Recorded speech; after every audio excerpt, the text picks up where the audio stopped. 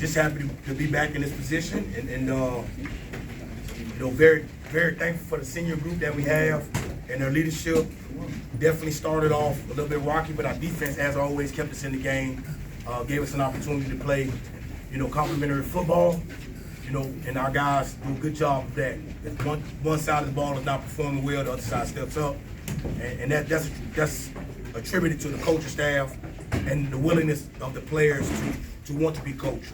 So we're thankful for that opportunity. We're thankful to be back, and I think it's noticeable how I feel about this group of seniors, and that's why they're standing back there in the background, because it's important for them to, one, be here, two, have this opportunity, and three, they need to share it with us, not us four by ourselves up here. I think it's just extremely important that we do the right thing and honor every single person that's been a part of this program from beginning to end. If I'm looking around the room, I don't see many guys that are 2-year guys or 3-year guys. These guys have been in our program for 4 years, you know what I mean? And because of it, it shows what type of program we have, with the stability, the development, and their willingness to sacrifice things when other young people their age don't. Any questions on the game? And please keep them about the game. You can get Warren some other time for the big picture stuff. One interception, one touchdown. I mean, you were huge on both sides of the ball. Tell me about both plays and how that made an impact for you. I just knew we had to make a play. Offense was looking a little shaky, so me being a senior and this being my last game, I just said I got to make a play. And Kmart trusted me on the touchdown. We was on defense. So same thing, we got to make a play. Offense moving slow, so he ran the post. I was over top. I caught the pick. Coach Johns from Spotlight High. Coach, what difference you and Martin made in the half with Maury tough defense? It's things that we practice and things that we prepare for.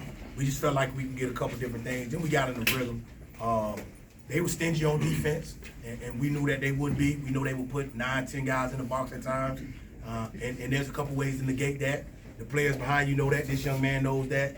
And then we just kind of put it together. If I tell you everything, we might not be sitting here next year. So I don't want to tell you everything. But in terms of getting things together, play calling, and sitting down with coaches, and coaches reminding me of things we have not put together, we just want to put them in the best situation, right, to distribute the ball like the best point guards in America, right? We want them to be Allen Iverson. We want them to be Chris Paul. We want them to have an opportunity to distribute the ball to the guys on the offensive side of the ball. And then when he's doing that and doing that at a high level, it allows us to make a lot of changes and be great up front and on the offensive side of the ball. Well said, Coach. Christian, since it felt like the option package you guys went to in the second quarter got the offense jump-started, did you guys feel that in the huddle as well when you went to that option game a little bit? Can you re-elaborate that? The option, how much did that change the offense for you guys when you started running the ball with the option and also some keepers and fakes and things of that nature? I think it worked big for us. Being able to add an extra guy to the count, making them have to defend another player, I think that was big. Made them add extra people to the box, or just another man have to pause for a second before he can go get the running back. So that was big in that man.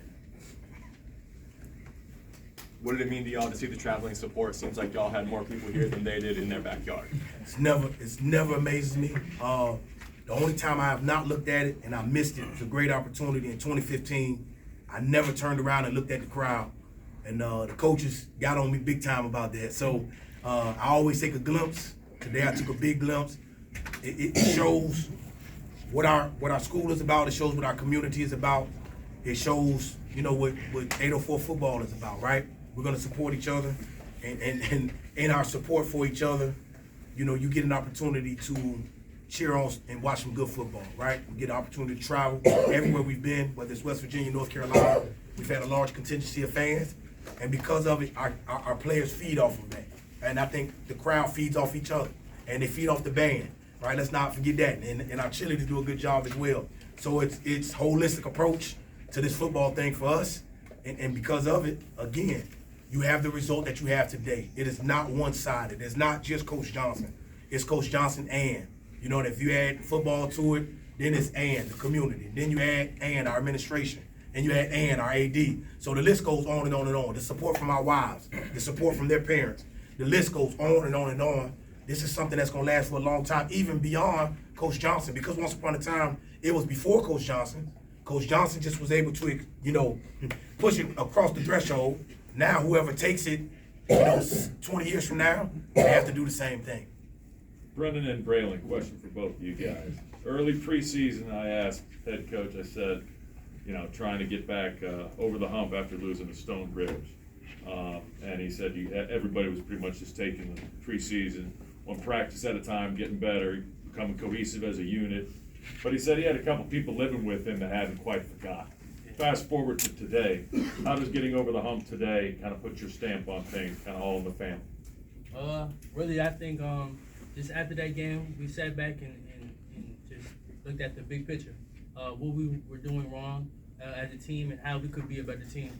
We came back, I would say maybe January or like 2 weeks after we lost. We got together, and my dad made shirts that said finish. So I got it on me right now, finish. So that's what we did from January to now in December, the second week of December, I believe. So that's really how we got together and kind of fixed that up. Like Braylon said, since January, 2 weeks after we lost,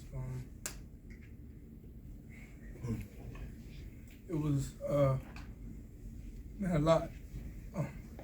Take your time. You good, Peanut baby? You right here with me, dog. Been a lot. We had no other option. There's no other option with my hands. I had no other option but the finish. That's right. But the finish. That's all I got. That's right. No other option. You guys good? Coach, one more question. Yes, sir. So you on top of the states and you win the states. What's the motivation that keep this program going? You guys have. That would be a great question for afterwards one-on-one. I'm about to. So during this game, what was your motivation going into this game, and what kept you guys motivated throughout this whole course of these 4 quarters? I think the motivation for us, the boys said it. They said 2 weeks. 2 weeks after the game, yes, I got with the team, but immediately, they have to walk through the door with me, and they got to hear it, and my wife got to hear it, and stuff like that. So the motivation is not playing well. We just knew we did not play well as a group last year. We felt like the seniors last year, they wanted to do their own thing, not the Springer thing. Yeah, they just didn't. They were great athletes, but we weren't cohesive as a group. And there's no shot to those guys. They talked about it, and I've talked to them about it. But for us to win and to be where we are, we have to do it together. There is no individual person. There is no individual coach. There is no individual player. We had guys on the sideline who didn't step foot on the field who were still calling out plays and giving me ideas of plays to call. That is what a team is. And there's no other way around it. When you have that type of chemistry, you have those type of guys sacrificing, you can do anything. Thanks, Coach. Thanks, guys.